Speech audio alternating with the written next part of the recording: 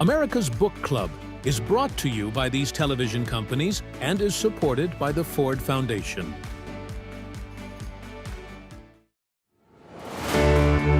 From the nation's iconic libraries and institutions, America's Book Club takes you on a powerful journey of ideas, exploring the lives and inspiration of writers who have defined the country, in conversation with civic leader and author David Rubenstein. As a young boy growing up in Baltimore, I went to my local library and was inspired to read as many books as I could. Hopefully people will enjoy hearing from these authors, and hopefully they'll want to read more. Now, from the National Archives in Washington, D.C., winner of the Pulitzer Prize, best-selling biographer of Benjamin Franklin, Samuel Adams, and Cleopatra, Stacy Schiff.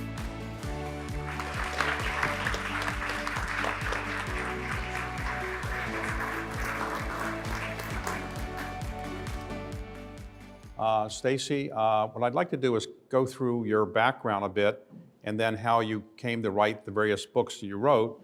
But let me say at the beginning, you have a very eclectic group of books you've written about.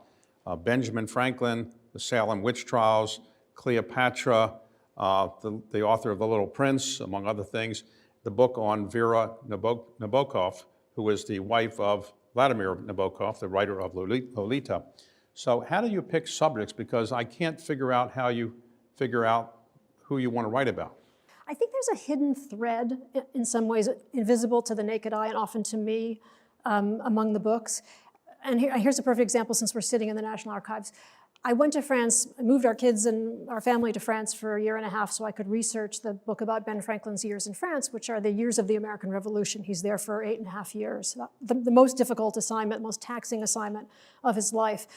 And the paper for those years, which is in the State Department archives in France, is 2.5 times as great as the rest of the documentation we have for Ben Franklin's life. I would say, moreover, that it is not necessarily as beautifully preserved as some of our documentation is here, and that French archivists, unlike American archivists, go out on strike. So, and also the room isn't heated. Did I mention that the light is bad? So it was a very difficult book to research. And I think after that much time in those archives, I realized two things. One, I didn't really want to research my next book in France. That was the third time I had done so, because I found the systems extremely difficult to navigate and sometimes the documentation very difficult to request. But also that I was more comfortable with the question of doubt than I had been previously, because you can read through those mountains and mountains of Franklin material and still not have essential answers about parts of his life, like who was the mother of his son. And I think that made it possible for me on some level to think about a book about a woman for whom we have no documentation whatsoever, which is to say Cleopatra, where we have possibly at best one instance of her handwriting. And I thought I could write a book where you actually were able to say on the page, we don't know, or we will never know the answers to certain questions. And I don't think I would have been ready to do that had it not been for the monumental Franklin documentation.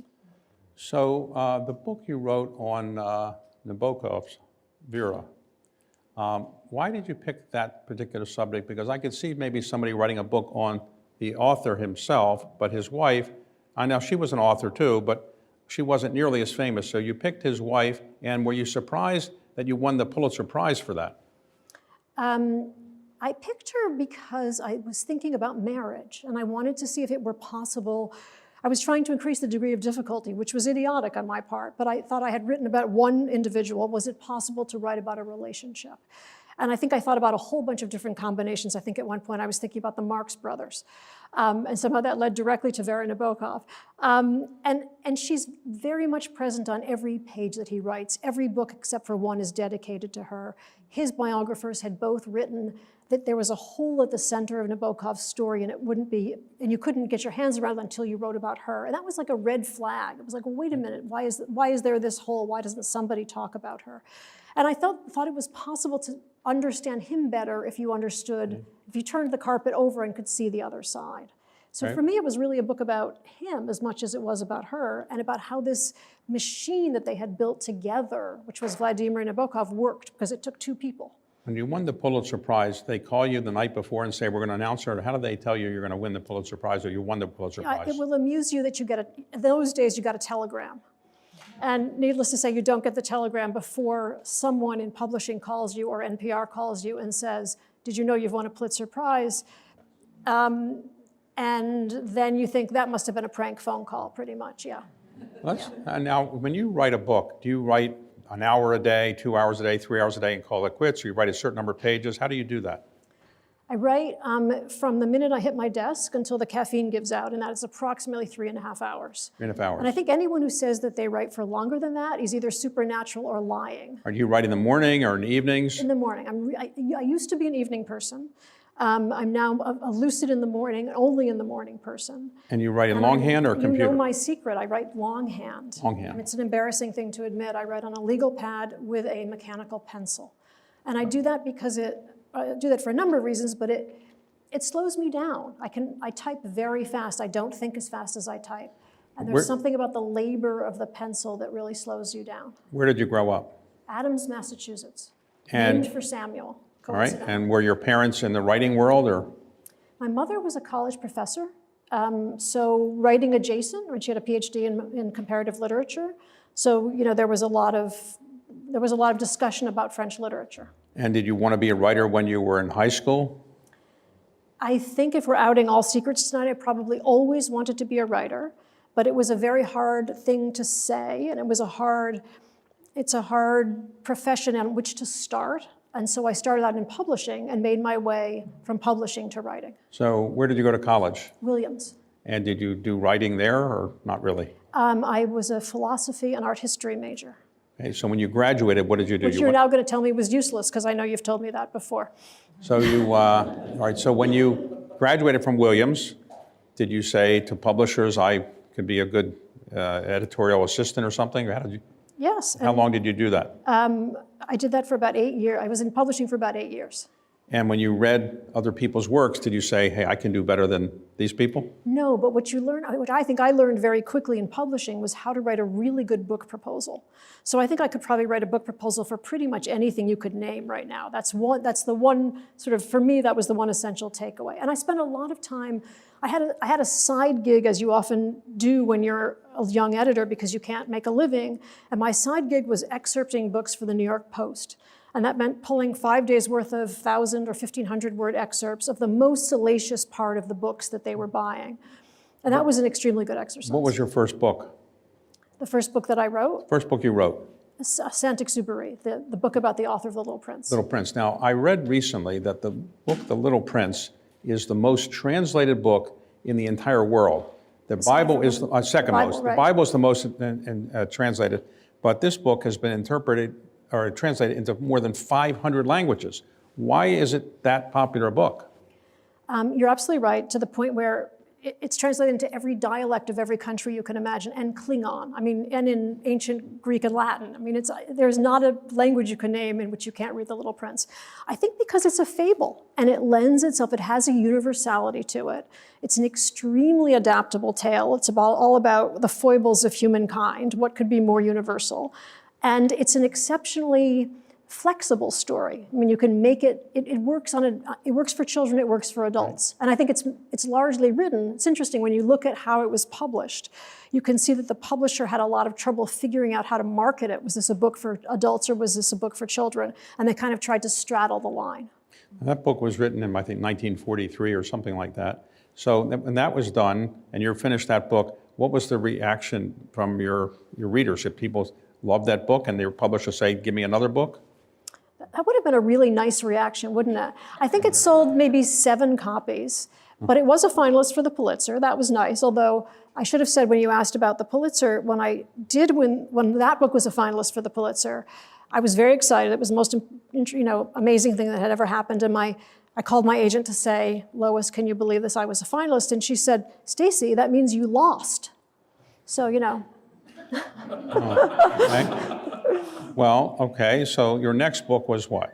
My next book was the Nabokov book. Okay, and how long did it take you to write that book, or research and write it? It pretty much always takes me 5 years. 5 years, so whatever the book is, it's always 5 years. The Adams book took took a little longer, and I don't know if that was because it was COVID and I was ordering Purell around the clock, or archives were closed, it was harder to get material, or if I was just slower. But usually it's 5 years. Now, some writers do a lot of research and they sit down after all the research done and write. Some research, write, research, write. What is your style? So the smart ones are the ones who research, write, and research, write.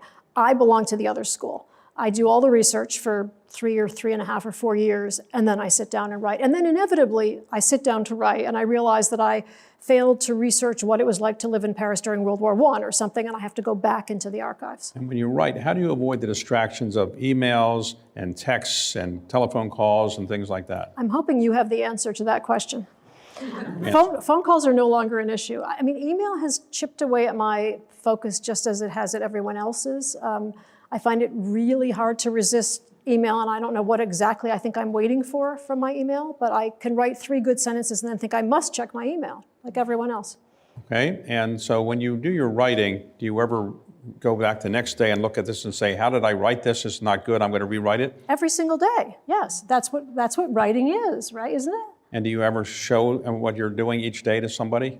I don't show what I'm doing each day. I, chapter by chapter, have 2 great first readers. One is my husband, who reads for logic and flow and, this is idiotic, and, he's very candid. And the other is a novelist friend, Eleanor Lippman, who writes romantic comedies of the first order and who reads for all the other things. And so the 2 of them are very complementary readers in the sense that they're reading at very different levels. And they get usually a chapter or a couple of chapters at a time. And how did you come to write a book about Cleopatra? What was the appeal of that subject? It was an idea that we were literally sitting at dinner one night, and the question of what did Cleopatra do all day came up. And this became kind of a family joke of like, you should write a book about what Cleopatra did all day. And then the joke became, when her diaries turn up, you can do this. And it just kind of got tossed around. It was on all my lists of possible subjects for a long time. And then, as I said, I went to France and researched and wrote the Franklin book. And somehow at the end of that process, I thought, you know what? The idea of someone where there's a great deal of just give around the edges of the story where we don't really know the narrative was an interesting narrative challenge. And I went back to read Plutarch, as one does, and realized that we have like actual quotations we have actual speeches between Mark Antony and Cleopatra. And that's when I thought, if we have dialogue of some kind, you could maybe write an episodic, Cleopatra in 5 scenes kind of book. And then the more I researched, the more I realized there was actually a fabulously rich vein of material, and that if you wrote the book with from a certain angle, you could actually weave a complete narrative. So there was a famous movie about Cleopatra played, which I've never seen. Okay, Elizabeth Taylor. I've heard about that movie. But the theory was that Cleopatra was the most beautiful woman in the world and so forth. That's why Elizabeth Taylor, I guess, was picked to play her. She was also thought to be beautiful, and she was. And was Cleopatra really, at the time, thought to be the most beautiful woman in the world, or what was her appeal? You see, that's one of the reasons to write a book about Cleopatra. No, decidedly not. And all the ancients are very clear on this subject, that she was not a beauty. But, as Plutarch writes, the contact of her presence was bewitching, that she was charming beyond all measure, spoke 9 languages, and the 10th was flattery, that she was incredibly charismatic and incredibly ingratiating in her manner. So there's a real, you definitely get the sense of a woman who changes the temperature of a room when she walks in. It helped that she's the richest person in the Eastern Mediterranean, hands down. Did she had a relationship with Julius Caesar and also with Mark Antony?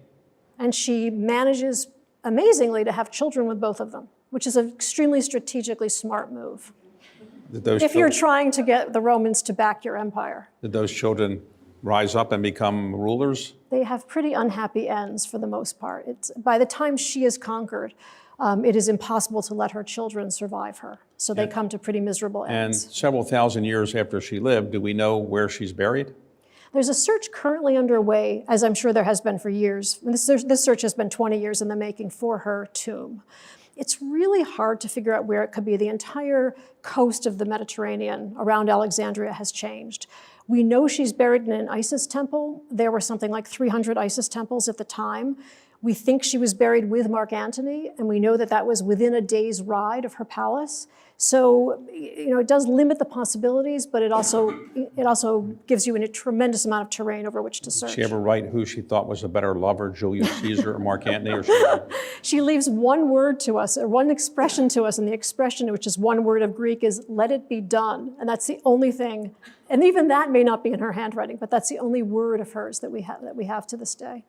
Okay, so as we get ready to celebrate the 250th anniversary of this country, you've written books about the colonial period or post-colonial period of time, and why don't we go through those books for a moment, okay? So let's talk about Benjamin Franklin. You wrote a book not about his entire life, but you focused on the time in France. For those people who aren't Benjamin Franklin experts, how much time did he spend in France? So he spends 8.5, he goes to France in December of 1776. The Declaration, let me just go back a step. The Declaration, from a certain perspective, is like an SOS. The Declaration is indeed what the colonies would like to broadcast to the world about their feelings of, having been abused by the crown. But it is also an attempted outreach to the rest of the world for someone else to support them. And they realize they cannot fight this rebellion, this revolution yet on their own. They must have some kind of benefactor. And the question in Congress in these months is, do we declare independence first, or do we seek an alliance first? So the declaration is made in July. Franklin is dispatched. The job is accepted in October. He's dispatched in December of 1776. And the mission is essentially to get France to underwrite this nascent republic, which is a pretty interesting assignment. He's being sent to an absolute monarchy to solicit aid to found a republic. Now, Benjamin Franklin, born in the United States, born in the Boston area, later moved to Philadelphia. He was a person who went to England and lived there for 10 years or so, I think, before the Revolutionary War. At that time, he was a citizen of England, he would think. What was he doing in England all that time before the Revolutionary War? So it's 16 years in all, which is startling. 16 years in England? 16 years, back and forth, but it's a total of 16 years. And how long did it take to go back and forth in those days? 3 months. 3 months? For the most, it could be faster, but 3 months is what you could pretty much count on. It isn't something one did lightly. And the accounts of making that passage are really hair-raising. In any case, he's there for a long time. He's the founder with the greatest international experience, and that's one of the reasons why he is the person who is dispatched to France in 1776. A, he's understood to speak French, which was kind of true. B, he has experience of being in France. He's gone to Paris and he knows the scientific community there. And C, he has this tremendous international stature. Having spent so much time in England, you could say he might be really partial to the English. When he came back, though, did he not support the Revolutionary War in ways that his own son didn't do? It's really interesting. When he comes back, the news of Lexington and Concord would have reached him on the high seas. He comes back to the news that the first shots have been fired. And no one is certain at that moment if he's going to, which side he's on. Is he going to be, along with his friend Galloway, someone who is going to resist what's happening, or is he going to throw himself into this conflict? Remember that months earlier, he has been roundly denounced in the Privy Council, roundly humiliated. That may have had some part of his thinking. It's pretty clear if you go back and read what he's writing, that he's watching what's happening and he's very much on the side of some kind of revolt or some kind of redress in any case, that his heart is very much in America at this point. Remember that it's one country. When we say he was a citizen of Great Britain, everyone is a citizen of Great Britain still. But his loyalties at this point have definitely shifted to the colonial side. When he was at the Second Continental Congress, which drafted and passed the Declaration of Independence, did anybody think, you've lived in England so long, we really think you're probably British? When he first comes back, Arthur Lee and a few others think he must be a spy. I think Samuel Adams even has a little hint of disdain or distrust of Ben Franklin. Very quickly that evaporates and it's clear what side he's on. It's difficult because, as you mentioned, the son is the royal governor of New Jersey, remains very loyal, extremely loyal to the crown, and in fact is a counter-revolutionary in many ways. And Franklin breaks with his son over politics. When he went to England, and later when he went to France, he was then the most famous American? This is part of the stature that Congress never really understands. Congress sends Franklin for the reasons I just mentioned, because he has this international experience. They don't realize that they are dispatching to France basically a kind of walking Statue of Liberty. This is a man whom the French revere because of his scientific foundings. Now, Benjamin Franklin, when he's in France, how many years did he spend in France? Eight and a half. He leaves in 1776, comes back in 1785. 8.5. And 16 and a half in England? 16 in England.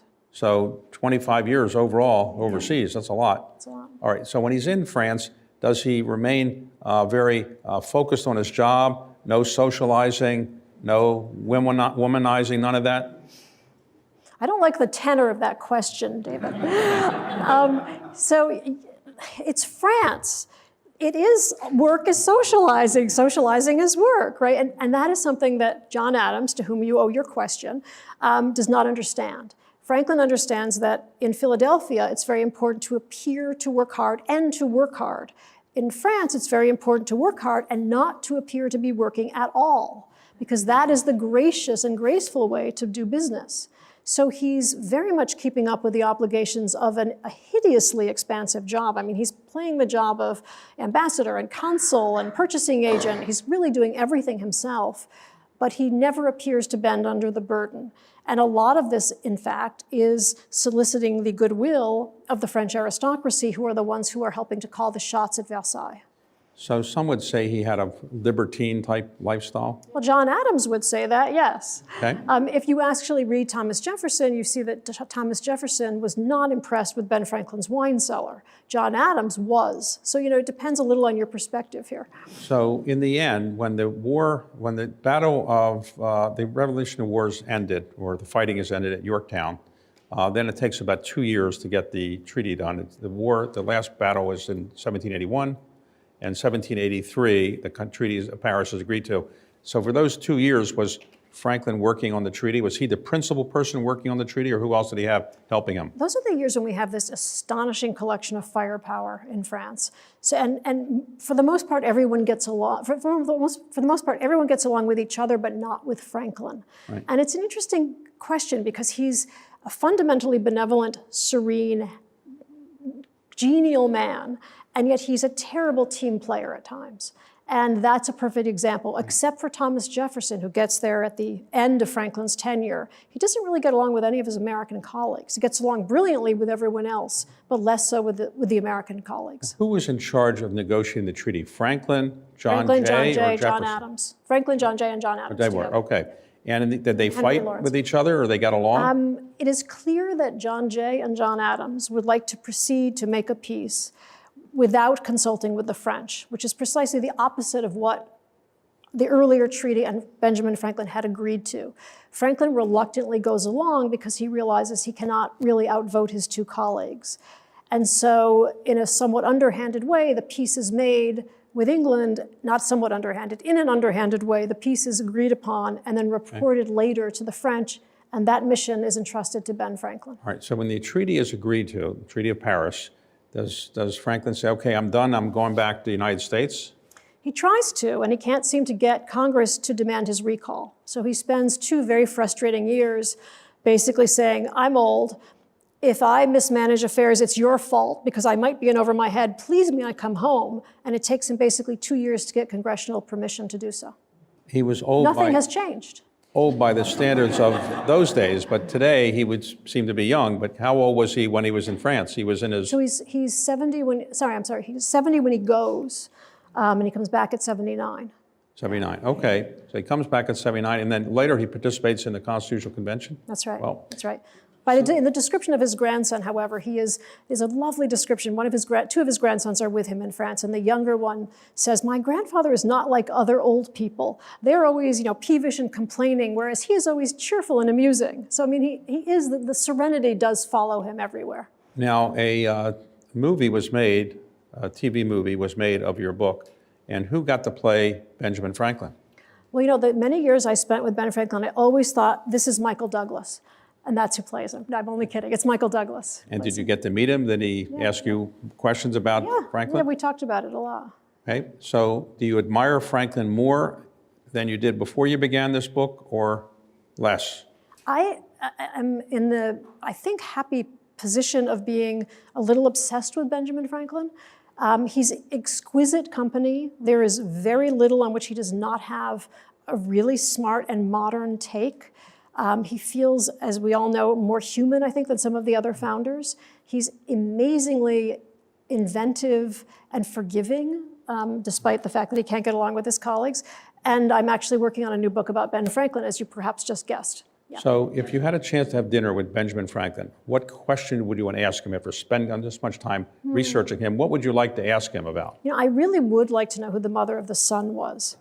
I mean, just because it's annoying that like nobody, for all these years that nobody's spilled, right? Who was the mother of the son with whom he was so close?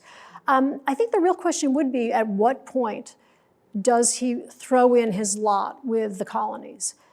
He writes a very angry 196-page letter on the trip home in 1775 from England.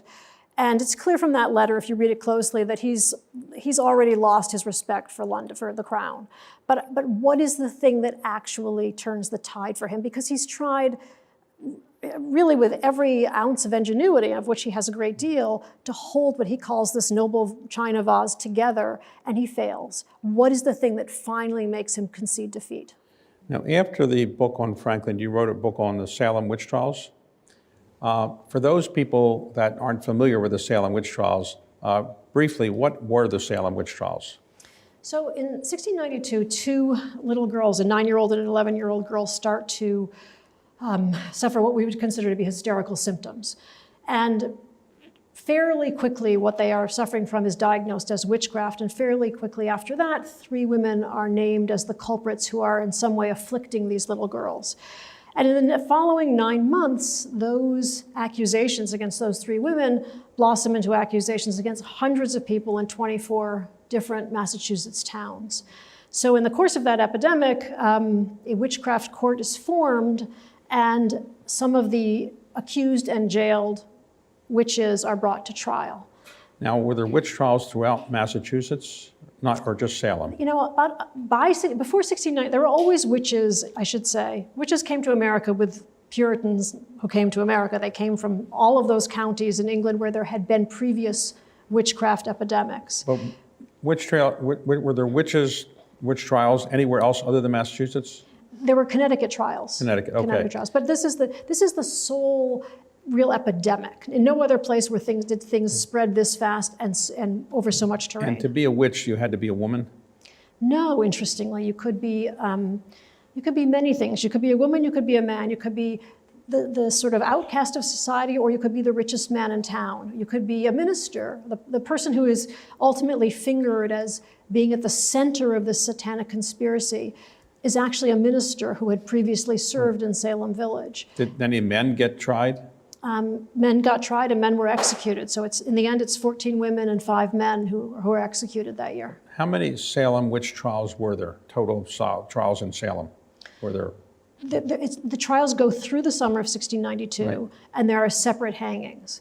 And the interesting thing I think about the way it proceeds is that it begins as a simple case of garden variety witchcraft as it was understood in 1692. And remember that this kind of witchcraft is not Margaret Hamilton witchcraft. This kind of witchcraft is someone is attempting to, in confederacy with the devil, someone is attempting to attack your soul. And this is actually a religious offense, so that when the Massachusetts Bay Colony is founded, the first, in the penal code, the second offense you could create was witchcraft. And I think the third is blasphemy, and murder comes fourth. So, this is a sense of what we're talking about. The concept of witch trials, did that originate in England, and they have them there as well? It originated in almost every country you can name. There had been witch trials over the previous hundreds of years. What happens in this case is that Massachusetts, as I've said, which is a fairly, has brought these ideas with it, has not understood that there is now skeptical literature on the subject, because the ministers who very much control the flow of information have made it impossible for anyone to read a book that in any way undermines the belief in witchcraft, because to undermine the belief in witchcraft undermines the belief in religion. And so there's this sort of lock on the understanding of the community. All right, if you're accused of witchcraft, you get a trial. Or you confess, in which case no one really knows what to do with you, but you don't get a trial and you stay in prison for a while, and then ultimately, in theory, you get let out. All right, so if you confess, you stay in a prison, they didn't kill you if you confessed. But suppose you didn't confess and you have a trial, and anybody have a trial and found they were innocent? The startling thing about that year is not that people were accused, but that everyone who is accused and walks into the courtroom is convicted. It's a 100% conviction rate. So everyone who goes to trial that year is found guilty, which tells you something about the court procedures and how much the deck was stacked against you and how fervent was the belief in witchcraft. What was the punishment if you were found guilty? You go to jail, or they kill you, or? You hanged. Hung. They hung. Yeah. How many people were hung? I'm trying to remember, 14 women, 5 men, and then one person, one very valiant person who refuses to enter a plea, so he therefore can't be taken to trial, is pressed under stones, which was the rather medieval torturous method of dealing with someone who refused to enter a plea in court. Okay, so when did they stop the trials? What year did they stop these? It's 9 months essentially from start to finish. So by October, the court is kind of stuttering to a halt that year. And why did they stop? It's a really good question. A lot of reasons. Partly, it's October. They've got to go harvest their crops. They can't sit in the meeting house and listen to witchcraft testimony much longer. The trials have gotten out of control. People have been accused of every walk of life in so many communities, right. and ultimately at a fairly high level, right. People who were fairly respectable were beginning to be accused. The newly installed governor reaches out finally to another colony, reaches out to the New York right. ministers, and asks if the Huguenot and the Calvinist and the Huguenot and the Episcopalian minister and the Dutch Calvinists in New York can answer some of his fundamental questions about witchcraft. That begins to sort of undermine some of what the court is doing. So did they have Halloween then, and kids didn't dress up as witches, I assume, right? It's really funny that we have somehow conflated this horrific, massacre of innocence with a holiday where we get to get candy, isn't it? It's kind of an astonishing. Don't go to Salem in October is my advice to you. So after the witch trials are ended and people go about their business, does eventually Massachusetts say we made a mistake and we're going to vindicate these individuals? Did that ever happen?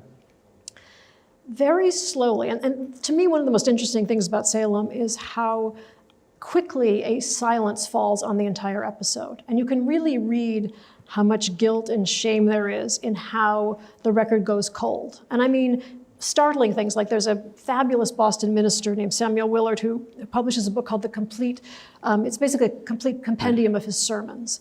From April of 1692 to August of 1692, there's a lacuna. There's no similar lacuna in 1691 or 1693. The church record book is expunged for those months. Personal correspondences are missing. Diaries jump from 1691 to 1693. It's as if the year didn't happen. So there's this tremendous, you can just read in that, throbbing silence how much pain there is. Slowly, a few people begin to sort of apologize for their roles.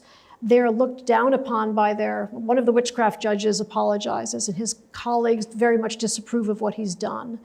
A little girl who had accused almost everyone who hangs apologizes. The apology takes the form of essentially the devil made me do it, which is a pretty good way of putting it. And then finally, early in the 18th century, some of the families are encouraged to apply for reparations for their dead relatives.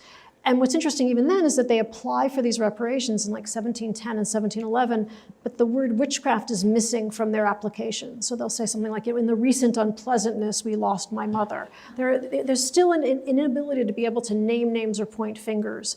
And I should say that the belief in witchcraft doesn't end in 1692. They just think they've murdered innocents, but they haven't necessarily got the right people. I mean, there's still witchcraft at work, and that survives for a little bit longer. But eventually, in the 20th century, the 21st century, did Massachusetts eventually say it was improper to do all this, or they never said that? I think the last woman was cleared by some high school class maybe 5 or 10 years ago. So she was someone who had slipped through the cracks. Her family had never seen to her exoneration, and this group of Massachusetts kids did so. Okay.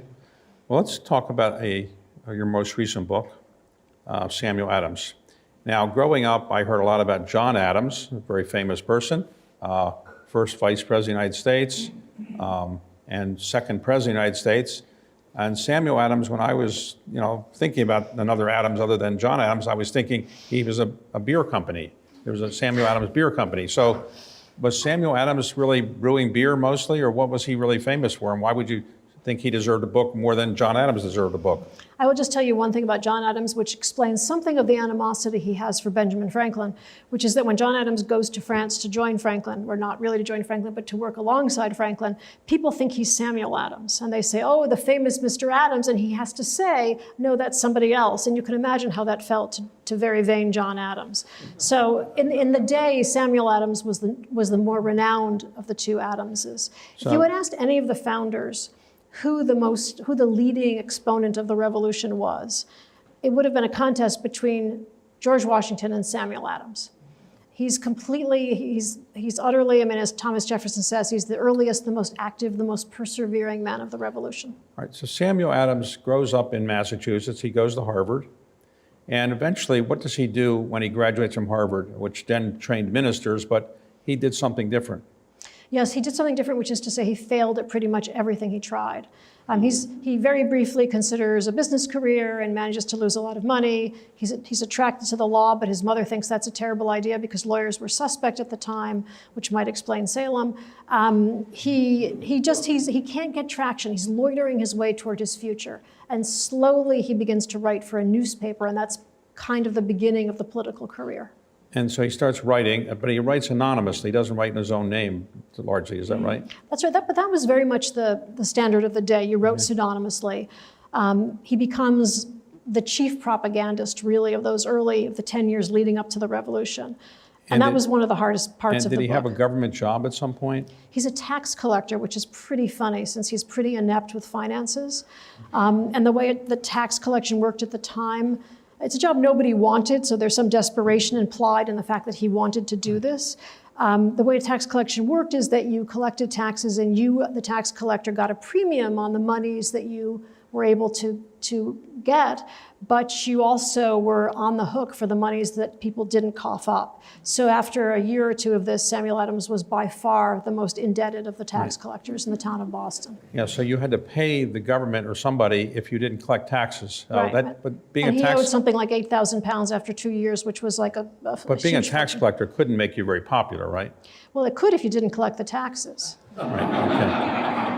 But did he not have a lot of debt that he inherited from his father as well? He inherits a certain amount of debt from his father because his father had been part of something which is a sort of, it's almost like a preview of the American Revolution, which was a bank that his father is very instrumental in founding, which Parliament shuts down. And it's this kind of, I mean, if you really, groove on Massachusetts economic history, it's a fascinating chapter.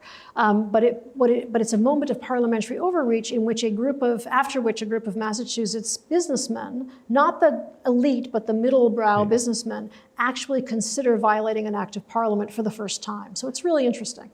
So he's involved in writing anonymous or under pseudonym things about why the British taxes are unfair. He's very vocal about it. Does he participate in the Boston Tea Party? I would say, no, he does not. He most markedly does not participate in the Boston Tea Party. I would say that it is his masterpiece, however, because his fingerprints are all over it. And, Okay. you see that, we know that at the moment that the tea is being tossed into the harbor, Samuel Adams and John Hancock and a few of their friends are very conspicuously back at the meeting house where they had been discussing what to do about the tea.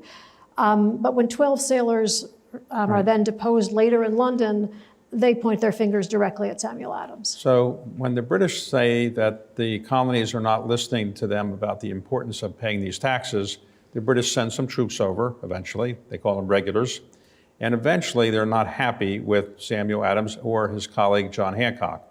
And so, as I understand it, the regulars were sent to capture them in around 1775 or so. Is that right? That's right. And that was one of those things where at 3 in the morning, you wake up and you think, oh my God, this is where the book has to start, because we know Paul Revere's ride, and we know that Paul Revere is out announcing that the British are coming, but where in the world was Paul Revere actually going? And the answer is to warn John Hancock and Samuel Adams of their imminent arrest. So that is the other side, if you actually think about, Longfellow misses that part, but why is he riding into the countryside? It's because those two are the two most wanted men in America. And that speaks to something which I don't think we talk about a lot, which is the misconception or the complete cluelessness of the British ministry, who think that if they could simply arrest these two malefactors, they could really shut down this whole, troublesome revolt. So ultimately, the colonies have a Continental Congress, the first Continental Congress, and Samuel Adams is a delegate there, is that right? That's right. And does he overshadow John Adams at that time there? No, by no means. And it's interesting to see what the Massachusetts delegation does at those congresses. They're very much working behind the scenes. As they have made their way, these are very provincial men, and these are very divided, heterogeneous colonies. So as they make their way to that Congress, they are being told by everyone they meet in the New Yorkers in New Jersey, you have to really be careful because people think that you're a bunch of, obstreperous, hot-headed vandals. And they get the message, and they realize by the time they get to Philadelphia that they need to work behind the scenes and let Virginia basically take the foreground. And that's very much what happens. You see Samuel Adams working behind the scenes, negotiating things, and then you see that all the major decisions were left to the Virginians. John Adams, also a delegate to the First Continental Congress and the Second Continental Congress. Did he ever feel that he was more junior than Samuel Adams and deferred to him? I think he's 12 years younger, so he looks up to Samuel Adams in a very starry-eyed way. I mean, Samuel Adams is the person who has, as he has with many young men, brought him into the cause. Samuel was the person who, if you gave a tremendously good Harvard oration on American rights or liberties, he would be on your doorstep the next morning. And so he had very much enlisted John Adams. I don't think there was a sense of being overshadowed at all. All right, so ultimately the Second Continental Congress issues a Declaration of Independence. We break from England. Does Samuel Adams fight in the war? No, he's in Congress the entire time. He's on an endless number of committees. So he never actually... Remember that he's older, too. He's older and he's not in tremendously good health. He's on every committee, including committees at which he's useless, like the ceremonial committee. Older means he was in his... He's born in 1722, so he's in his 50s. Okay. So ultimately, we win the war. The Americans win the war.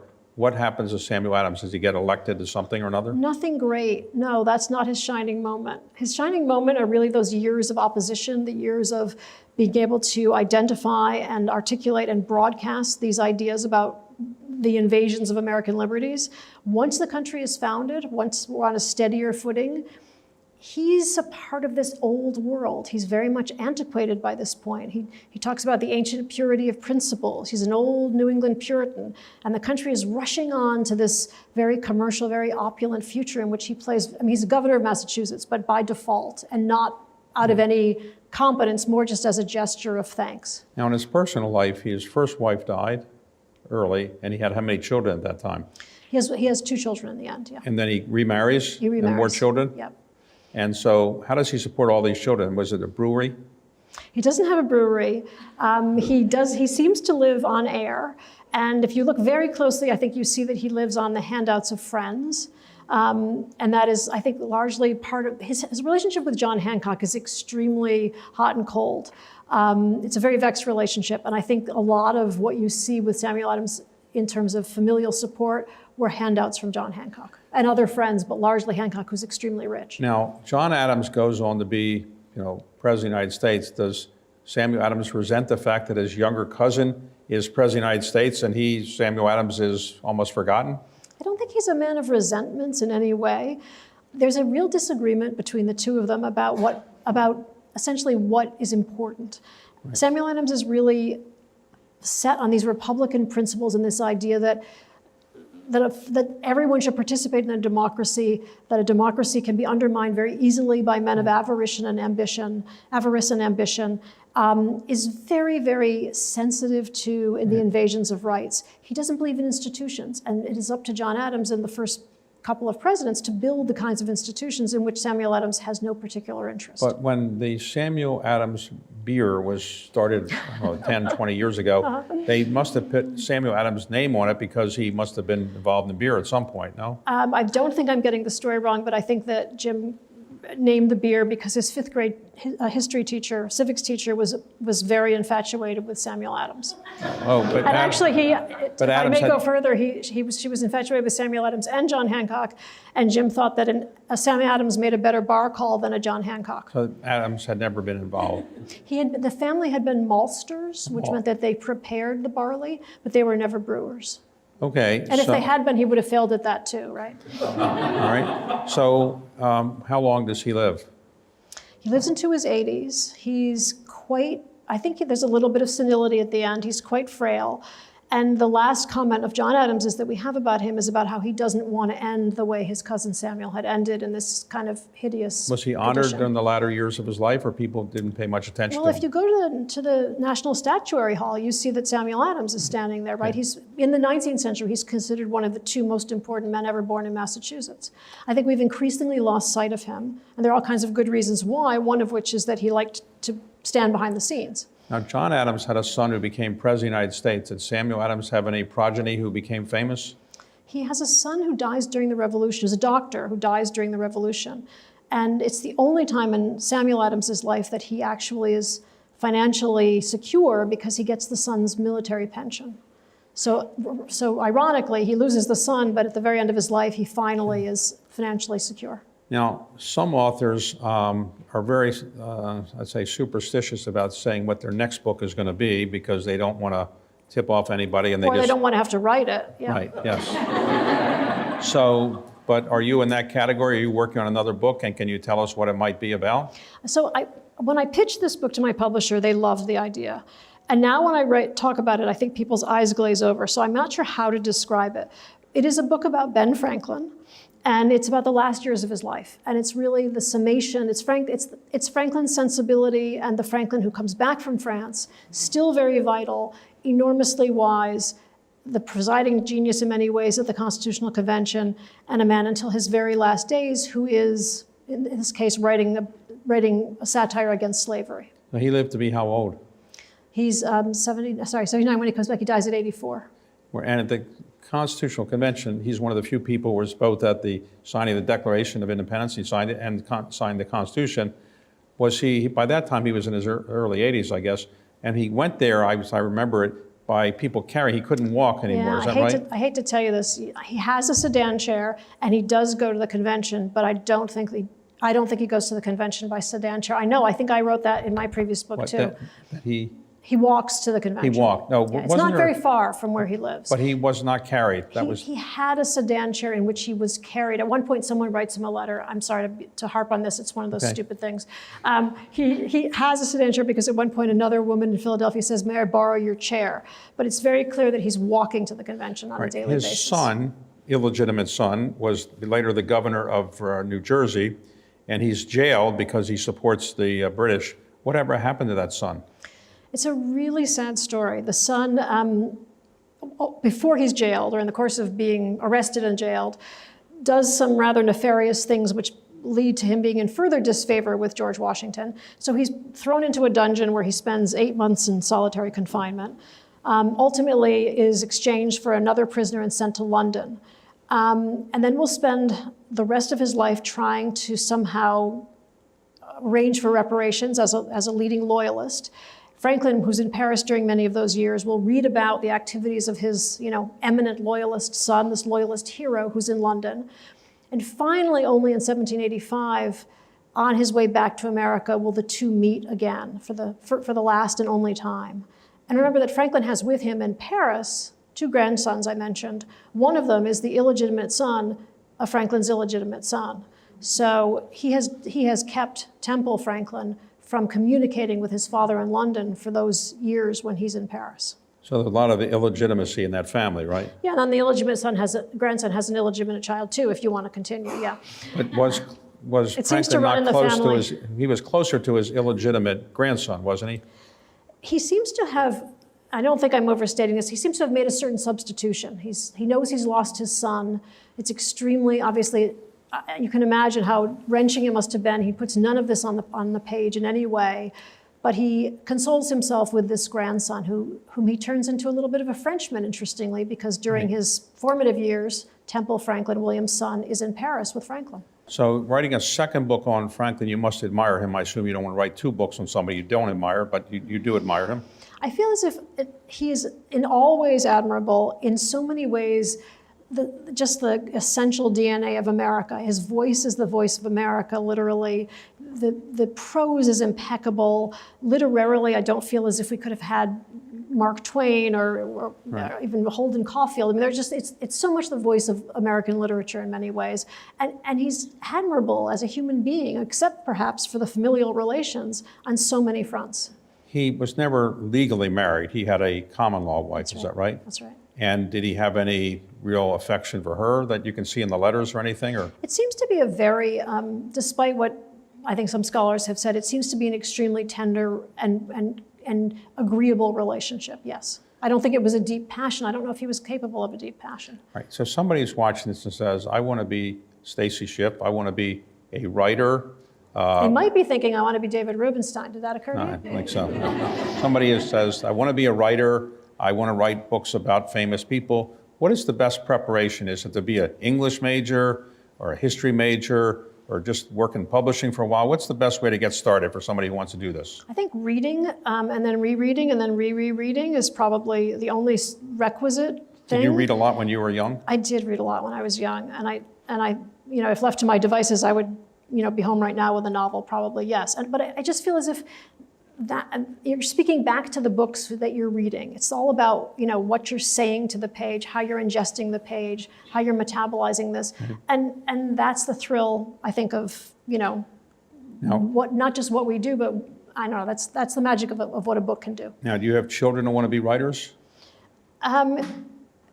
Since the time you last asked me that question and now, I might have a winner for you. Really? Yes, the youngest is a writer. Okay. An immensely talented writer. We'll see if she becomes a writer, though, to your And point. do your children read your books and tell you how great they are, or they tell you maybe... Do your children tell you how great you are?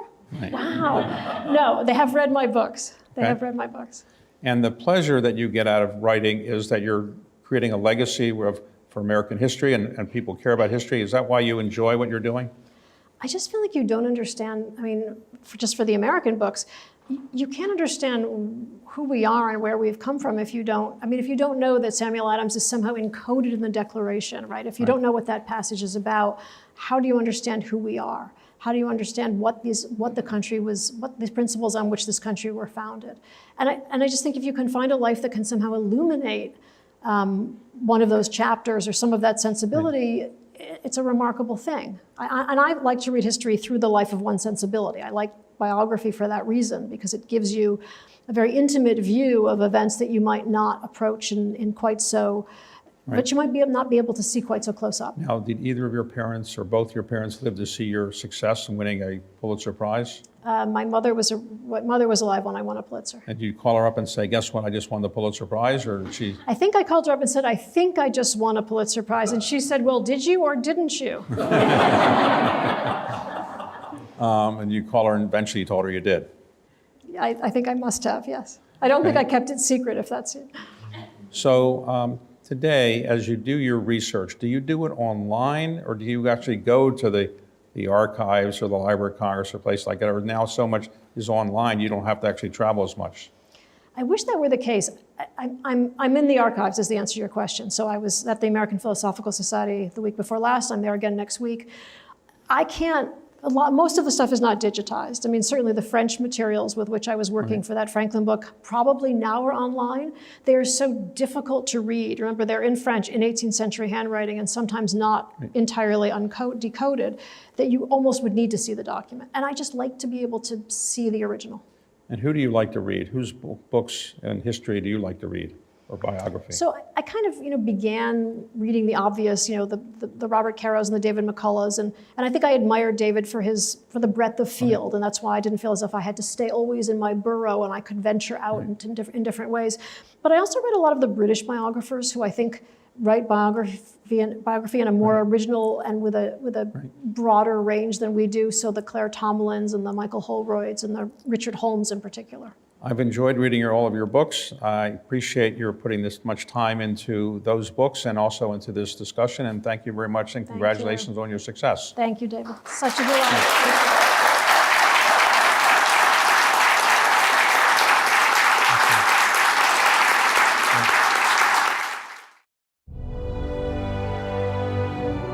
America's Book Club host David Rubenstein and biographer Stacy Schiff visited the vault of the National Archives to view the Treaty of Paris and other priceless documents.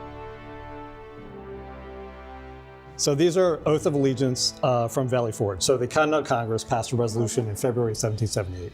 They wanted Army officers to sign an oath of allegiance to the former United States. So we still have oaths today. Today our oath, if you work for the federal government, politician on the Hill if you're in the military. Our oath centers around the Constitution. This predates the Constitution, so it's a very different type of oath. So the irony is that they sent these pre-printed forms to George Washington to fill out the paperwork for the verbal version of the oath, signed by the officer, witnessed by another officer. The irony is that his army is coming out of the famous horrible winter of Valley Forge, where they could barely afford to feed them, clothe them, house them, supply them with arms and ammunition, but like, here's all this paperwork. Great time to ask someone to fill out paperwork. And return. So we've always been a bureaucracy founded on paperwork. So this is in his hand. The Army numbered them. So Washington's number 1. George Washington, Commander-in-Chief, the Army of the United States of America, to acknowledge the United States of America to be free, independent, sovereign states, declare the people thereof owe no allegiance or obedience to George III, King of Great Britain. So very different than our oath today. So today we say swear or affirm. There's a space in the middle of the pre-printed form where they had to pick swear or affirm. There's a few religious groups. There's a passage in Matthew in the Bible they take very literally that says you can't swear to God. So they don't want to swear. So they affirm. Washington swore. Do the utmost of the power, support, maintain, defend the said United States against the said King George III, his heirs and successors, and his or their betters. Whole royal family covered. Signed by Washington, has sworn before me, camp at Valley Forge, May 12, 1778. Major General Sterling witnesses Washington. Washington ends up witnessing most of the major generals, so Charles Lee, Nathaniel Greene, etc. So you actually have 3. And this is the Treaty of Paris. So this is the exchange treaty. I would have loved to have shown you the American original that had Benjamin Franklin's signature, but most of those are out because of America 250. It's like the most popular thing everybody wants right now. So what is this? So this is England's Skip It. So this one you can actually see it's still connected. So it actually goes in the side there and then comes out. You can see it right there. It comes out the side there. And then again, sewn in the side. This is on parchment. The first page is all the various titles of the King of England, George III. He's over most of the world, like that's what he's telling you. And then when you get to the last page, same thing where it has D. Hartley, and then Benjamin Franklin, John Jay, and John Adams on the original. And then because it's the signature of that country, this is George III's signature. This is the Treaty of Paris. This is the Treaty of Paris. So it's the exchange treaty for the. How many treaties of Paris? One for every country? Or? Well, no, so they'll have our exchange treaty, we'll have their exchange treaty, and then we have 2 American originals. We have one that's horizontal and one that's vertical. Okay. They will have these 3 signatures on them. Sorry, 4. They'll have D. Hartley, and then the 3 representatives from the U.S. are on those. Okay. See more with Stacy Schiff in the Vault of the National Archives on America's Book Club, The Treasures, available at cspan.org/abc and C-SPAN's YouTube page.